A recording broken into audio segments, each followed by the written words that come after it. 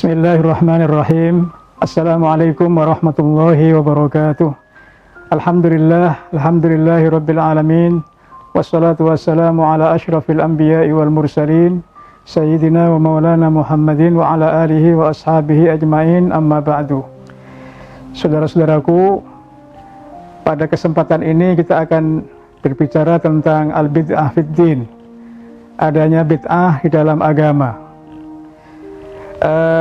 Tema ini sangat menarik untuk dibahas, bukan untuk menghalangi kita di dalam menjalankan syariat. Justru ini dimaksudkan dalam rangka supaya di dalam menjalankan syariat itu dijalankan secara baik dan benar, lahir dan batin, mengikuti syarat dan rukunnya, mengikuti adab-adabnya, sehingga amal kita, amal ibadah kita benar-benar jauh dari penyimpangan, jauh dari yang tidak benar, jauh dari bid'ah.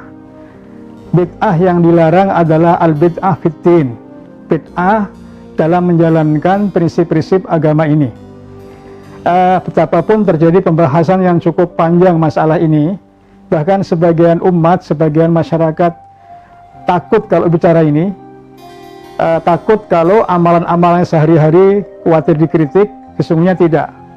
Berbicara bid'ah ini memang berasal dari hadis Rasulullah SAW, riwayat Aisyah.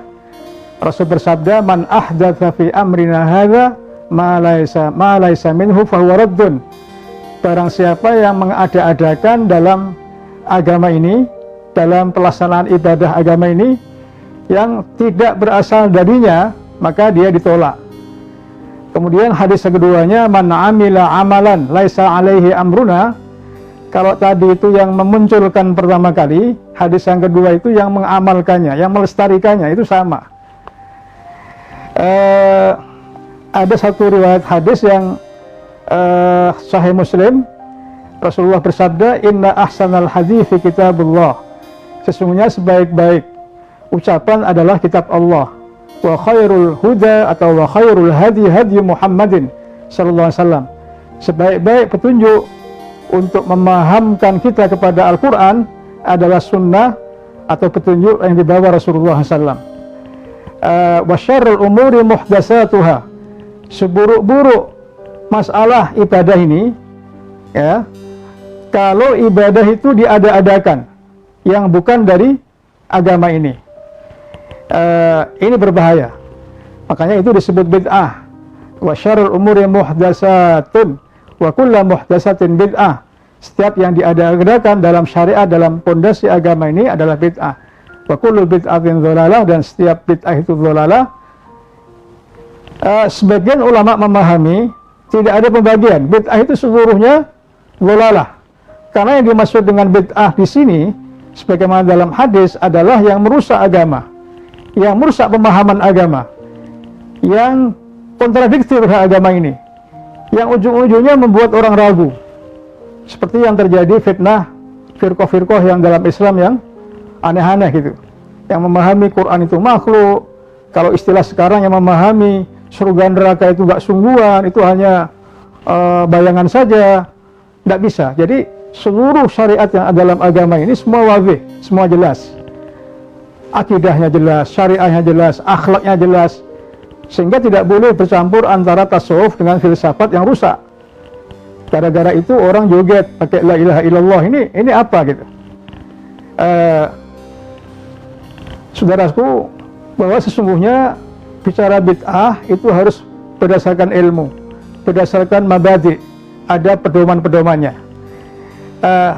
Terlepas dari itu, banyak di kalangan ulama-ulama dahulu maupun belakangan yang membagi bid'ah menjadi dua, yaitu bid'ah yang mahmudah dengan yang mazmumah, yang terpuji dan yang tercela. Yang punya istilah ini diantaranya Imam Syafi'i rahimahullah. Kemudian Imam Ibnu Asir mengatakan bid'ah itu ada bid'ah dhalalah, ada bid'atu huda, ada bid'ah dhalalah, sama intinya.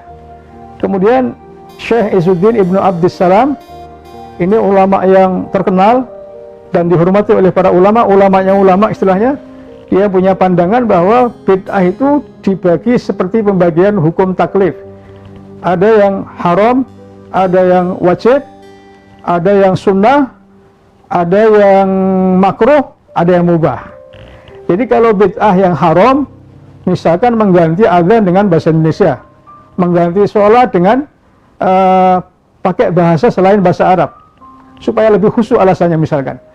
Atau aneh-aneh ya, atau membuat sholat Jum'ah imamnya perempuan misalkan, atau dua-dua laki perempuan. Aslinya orang berjamaah itu harus rapat, karena ada sebab, ada alasan. Ini istihad orang belakangan juga. Karena di masa Rasulullah nggak pernah shaf direnggang, di masa Khulafaur Rasyidin nggak pernah shaf direnggang. Mohon maaf, walaupun ada wabah di masa Umar, wabah Amwas, tetap aja jamaah nggak ada penjarangan. Tapi belakangan kemudian para ulama beristihad, karena distancing maka harus direnggang. Karena itu di sini karena hasil istihad, orang tidak boleh saling menghujat, saling mencela masalah ini. Tapi kalau sudah illahnya hilang, alasannya hilang, harus kembali kepada normal, yaitu shafnya rapat lagi. Saudara-saudaraku, bicara bid'ah kita nggak perlu tegang-tegang. Artinya apa? Tetap harus kembali kepada mabadi, kepada pedoman. Oleh karena itu orang punya pikiran yang aneh-aneh, pemikiran yang aneh-aneh. Misalkan aslinya Allah itu nggak bisa dilihat, itu sudah pakem pedoman dalam Quran. Kok ada orang mengaku melihat Allah, ini aneh-aneh. Kalau sudah dikatakan nggak ada nabi lagi setelah Nabi Muhammad, kok masih ada yang mengatakan ada nabi, itu berarti aneh-aneh. Kok ada orang menjamin orang lain, kamu akan saya jamin masuk surga setelah mati nanti, ini siapa yang bisa menjamin? Rasulullah nggak pernah menjamin. Jadi kalau ada istilah aliran-aliran, pemikiran, apapun namanya, kok aneh-aneh, berarti ini mungkin secara garis besar 90% dia baik, tapi ada sedikit muatan-muatan yang aneh-aneh itu. Jadi tujuan berbicara mengenai bid'ah ini sesungguhnya sebagai rasa tanggung jawab kita kepada Allah, fardan sendiri-sendiri. Setelah itu dalam keluarga, kewajiban ayah ibu mengontrol keluarganya. Kemudian kewajiban lembaga mengontrol supaya madrasahnya baik, begitu. Karena itu ukuran dan standarisasi adalah kembali kepada pedoman kitab Allah dengan pemahaman yang benar, kembali kepada sunnah dan hadis Rasulullah. Juga kata Rasulullah, alaikum bisunnati wa sunnatil khulafair rasyidin. Seakan-akan Rasulullah sudah tahu bahwa masa berkembang terus, kaum muslimin akan butuh madrasah, butuh ma'had, butuh sarana, butuh laptop, butuh alat perang yang baru, sehingga yang begini-begini tidak masuk bid'ah yang dhalalah. Karena apa? Ini bicara mengenai metodologi dan sarana. Yang penting jangan menghilangkan ruh daripada Quran dan seperti itu. Banyak zaman makin akhir orang aneh-aneh begitu ya. Sehingga pedoman dalam ilmu untuk membahas mengenai syarat-syarat bid'ah tidak dikatakan bid'ah selama ada dalilnya atau ada asalnya. Sesuatu yang tidak ada asalnya tapi bisa dikiaskan, masih mungkin bicara tentang itu. Saudaraku kaum muslimin yang dimuliakan Allah Subhanahu wa taala, oleh karena itu menghindari atau berpegang teguh kepada sunnah dan menjauhkan diri dari perbuatan-perbuatan yang aneh-aneh, yang bid'ah, yang bertentangan dengan mukhalafatus syariah, ini sebaiknya dihindari. Siapapun kita, apalagi seorang kiai, seorang ustadz, seorang pembina, seorang guru, muadzih, kita bertanggung jawab di hadapan Allah terhadap anak-anak kita. Karena itu kalau memberikan pedoman harus benar. Dan ada istilah di kalangan para ulama, kalau sekedar misalkan wiridan keras, itu aslinya kalimat-kalimat wiridnya sesuai dengan sunnah. Cuma dibacanya ini teknis, sehingga bid'ah yang seperti ini tidak masuk bid'ah dhalalah. Gitu ya. Ada sebagian yang mengatakan kunut subuh itu bid'ah, lah ini ngawur juga. Ya, tidak boleh. Bahwa aslinya memang doa kunut itu ada, tapi kunut nazilah misalkan. Tapi mungkin istihadnya Imam Syafi'i yang dulunya kunut itu digunakan ketika witir, jarang yang banyak bisa melaksanakan sholat witir, maka dia dianjurkan dalam subuh itu. Tapi itu mujarradud doa, doa yang berkualitas kunut itu. Sehingga seseorang tidak boleh memandang ini sebagai sebuah bid'ah yang dhalalah, yang finnar. Ini sangat jauh dari ilmu. Baik, para saudaraku, demikian tentang penjelasan singkat tentang masalah bid'ah ini. Intinya kita bahas bid'ah ini dalam rangka untuk menambah kekuatan kita di dalam berpegang kepada sunnah, dan supaya kita bisa menjaga syariat ini, supaya tidak kemudian ada upaya-upaya disengaja maupun tidak untuk melakukan tindakan amal-amalan yang keluar dari sunnah Nabi. Karena itu pembahasan apapun termasuk akhlak tasawuf, yang benar adalah tasawuf yang didekatkan dengan sunnah Rasulullah, tasawuf yang dekat dengan Al-Quran, sehingga menjadi buah ibadah yang mubarakah, buah ibadah yang menghasilkan akhlak yang mulia, buah ibadah yang diterima oleh Allah Subhanahu wa Ta'ala. Karena kalimat mardud ini, misalkan kalau orang menikah tanpa akad nikah, tanpa mahar, masalah gitu. Baik, karena itu saya rasa atau saya yakin bahwa para saudara-saudara sudah tahu bahwa sesungguhnya pembahasan bid'ah ini lawan katanya as-sunnah.